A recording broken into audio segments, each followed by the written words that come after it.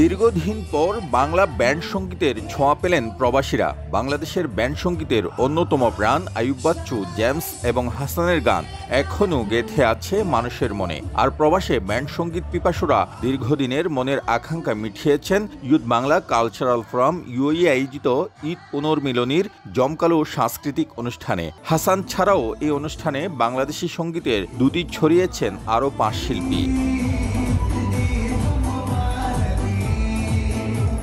এই আয়োজনকে আমি স্বাগত জানাই, কারণ এখন পর্যন্ত এখানকার বাঙালিদের জন্য তারা যে আমাদেরকে এখানে তাদের সামনে উপস্থাপন করার যে সুযোগ সৃষ্টি করেছে, এটাকে আমি সাধুবাদ জানাই। আমাদের সন্তানরা যেন আমাদের সংস্কৃতি সবকিছু যেন তারা অন্তরে ধারণ করতে পারে, এই প্রচেষ্টা আমরা সবসময় চালিয়ে যাই। অনুষ্ঠানে ইউথ বাংলা কালচারাল ফোরামের একাধিক সদস্য সাংস্কৃতিক আয়োজনে অংশ নেন। তাদের পরিবেশনায় 12 মাসে 13 পার্বণের গল্পসহ বাংলাদেশের ইতিহাস ঐতিহ্য তুলে ধরেন। এছাড়া শিল্পীদের সম্মিলিত কাওয়ালি ও কবিতা আবৃত্তির পরিবেশনা ছিল অসাধারণ।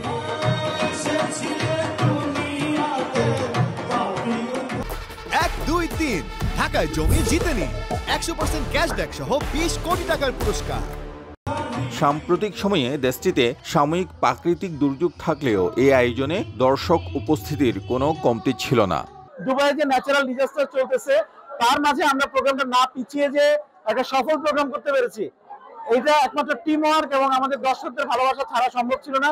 ছোট বড় সবাই কিন্তু এখানে এসেছে, সবাই হাসানের সাথে সুর মিলিয়ে গিয়েছে। আমরা সবসময় বলে থাকি যে আমাদের অনেকগুলো উৎসব, আমাদের অনেকগুলো উদযাপন আমরা করে থাকি, এগুলোকে একত্রিত করে একটা প্ল্যাটফর্মে নিয়ে এসেছিলাম। ইউথ বাংলা কালচারাল ফোরাম বেশ কয়েক বছর সংযুক্ত আরব আমিরাতে সাংস্কৃতিক আয়োজনের মধ্য দিয়ে বাংলাদেশকে তুলে ধরার চেষ্টা করছে।